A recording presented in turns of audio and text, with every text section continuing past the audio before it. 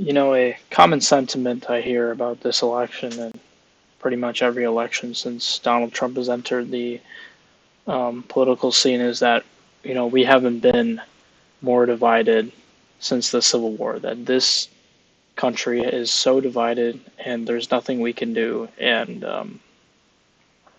it's always going to be 50-50 Democrat, Republican from here on out, and the other side won't listen to the other, and such and so forth. However, I like to take things back to a more simpler time where, unity was possible. However, unity does not also equal good. In many ways, a lot of quote unquote unifying presidents or presidents who have been had an administration during a time of unity, um, in my opinion, used their power for their own good. And I think, it takes a certain type of person to want to be president. There's a lot of selfishness, pride, ego that goes with, being the president because not only you're given a platform to speak to the entire country and even the world, you're given that much popularity, but at the same time you're also given, you know, tons and tons of power.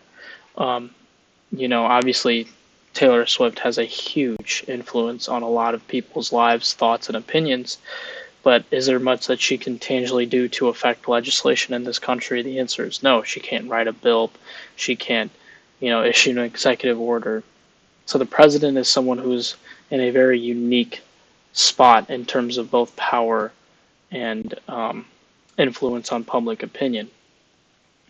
And I think, unity is something that we can look to our friends uh, across the Atlantic Ocean or Pacific Ocean, the Chinese Communist Party.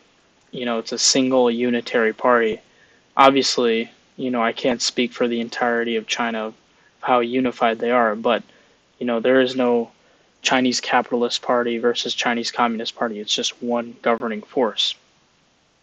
And, they're able to achieve success legislative wise in the sense where they can pass a lot of legislation very quickly at the lead and command of President Xi Jinping. However, obviously we know about the evils of the CCP and, just everything they're doing, with Taiwan, TikTok, and all those kind of things, mass producing, human rights violations, employee rights violations, all these things, but hey, they're unified. Um, so the two presidents that ring the biggest bell to me is FDR and George W. Bush. I'll start with FDR.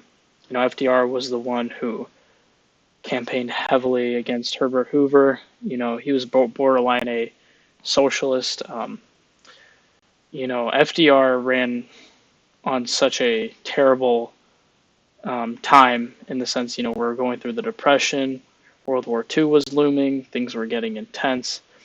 So he had all the momentum and all the favorability to go in. No matter which Democrat was going to run against Hoover, the Democrats were going to win. And, he was elected to an unprecedented 4 terms. And in those 4 terms, while they weren't complete, he was able to enact a crazy amount of injustices, and I think the biggest one was obviously the Japanese internment camps. He literally got away with doing something that, we were fighting the Germans over the internment camp, in Auschwitz,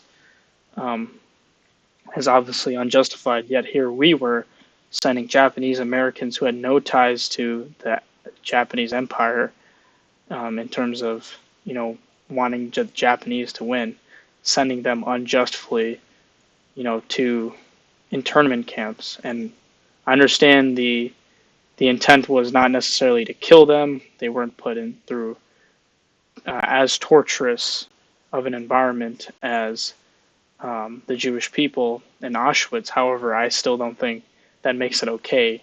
There's no lesser of the two evils. They were both extremely evil.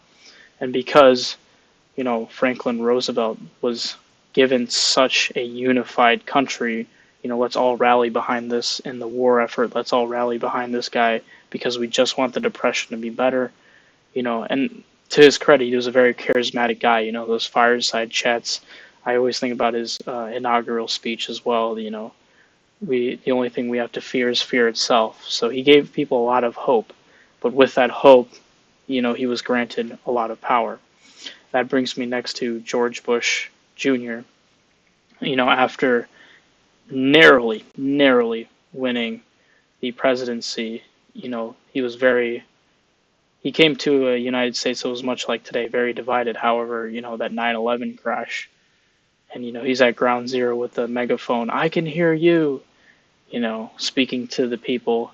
His approval rating was as high as 90-95% in some polls, which is just crazy to think about in a modern day like today. Someone with that much unity and power behind him. Everybody talks about September 11th, but September 12th was something interesting. More people were buying U.S. flags, and people were just really unified Democrat and Republican. Unfortunately, with all that power and all that unity that was granted to George Bush, he was basically given all authority to do whatever the hell he wanted in the Middle East to stop the war on terror, as he likes to say it. And, that's what resulted in just an unjustified war in Iraq. So many people died for no reason. Iraq had nothing to do with 9/11. There was no weapons of mass destruction. I'm not saying Saddam Hussein was a good guy, but it was an unjust war from the start, and just made. There's a whole conspiracy about that, but I'll save that for another video maybe.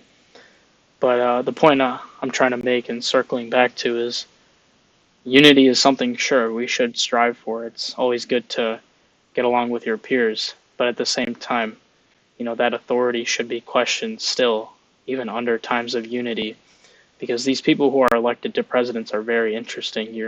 There's nothing like it in America and certainly the world of having this much power and this much influence. So I think more times or not, as we go about in the future, if there is another unifying figure, chances are they will be doing some things that get swept under the rug that shouldn't be, at least. But yeah, I thought that was just an interesting thing. Unity can be good, but it also can be very, very bad. So thank you for watching. I will see you tomorrow, and I hope you enjoy your day.